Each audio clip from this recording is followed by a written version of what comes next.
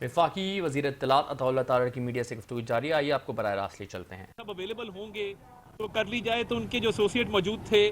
انہوں نے اس بات پہ اگری کیا کہ سٹیٹمنٹ ریکارڈ کر لیں۔ تو یہ 2017 میں شہباز شریف صاحب پہ عمران احمد نیازی، جس کو ہم الزام خان بھی کہتے ہیں، الزام لگایا کہ شہباز شریف صاحب نے عمران احمد نیازی کو 10 ارب روپے کی پیشکش کی کہ آپ پاناما پیپرز کے کیس کو وڈرا کر لیں تو میں آپ کو 10 ارب روپیہ پے کروں گا۔ یہ جھوٹا، بے بنیاد اور من گھڑت الزام، بہت سارے الزامات میں سے ایک الزام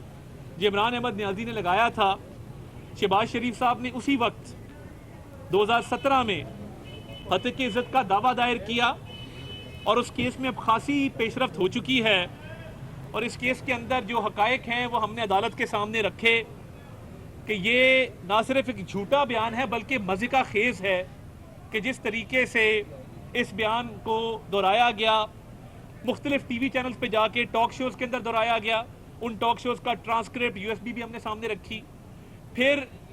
پریڈ گراؤنڈ راولپنڈی کے جلسے میں اس الزام کو دہرایا گیا، کراچی ایئرپورٹ پہ دہرایا گیا، پشاور شوکت خانم کی تقریب میں دہرایا گیا، اور اس الزام کو جگہ جگہ شائع کیا گیا، بطور کیمپین چلایا گیا۔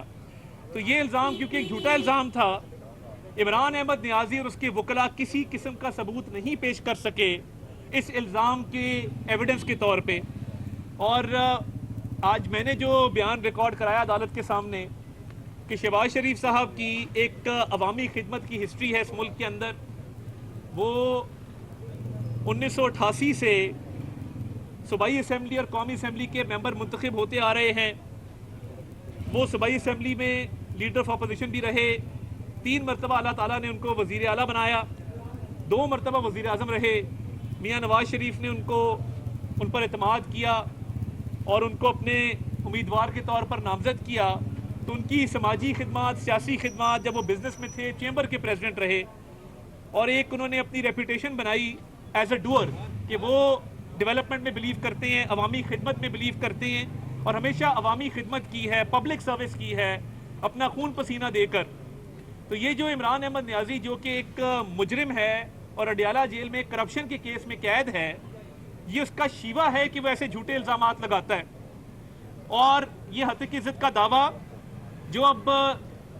8 سال سے چل رہا ہے، اس میں خاصی پیش رفت ہے، اور عمران احمد نیازی کے پاس اپنے دفاع میں نہ کہنے کو کچھ ہے، نہ کوئی ثبوت پیش کر سکے ہیں۔ ہم نے تمام تر ثبوت پیش کیے کہ یہ جھوٹا الزام تھا، بے بنیاد تھا، من گھڑت تھا، فریب پر مبنی تھا، عوام کو گمراہ کرنے کے لیے دیا گیا تھا، شہباز شریف صاحب کی ساکھ کو متاثر کرنے کے لیے دیا گیا تھا۔ تمام دستاویزی ثبوت وہ عدالت کے سامنے رکھے ہیں، اور ہم امید کرتے ہیں کہ انشاءاللہ تعالیٰ اس میں ہمیں انصاف ملے گا۔ اور عمران نیازی اور اس کا تمام ٹولہ جس نے یہ شہباز شریف صاحب پہ الزام لگایا، آپ نے دیکھا کہ اسی ٹولے کا حصہ ہے ایک غیر ملکی آدمی جو لندن کی عدالت میں، جس کے خلاف ایک فیصلہ آیا، آپ نے دیکھ لیا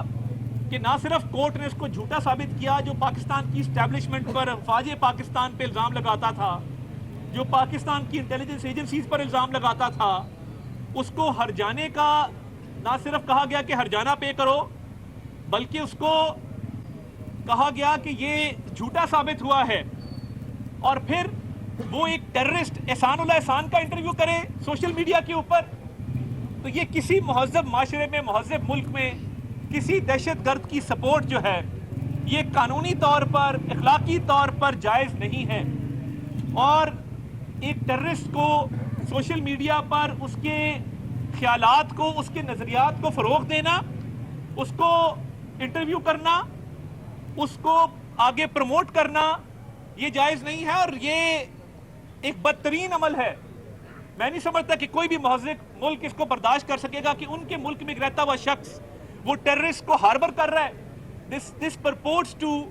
harboring a terrorist. This purports to supporting a terrorist, Ehsan Ullah Ehsan, and promoting his views. This cannot be allowed in any civilized country.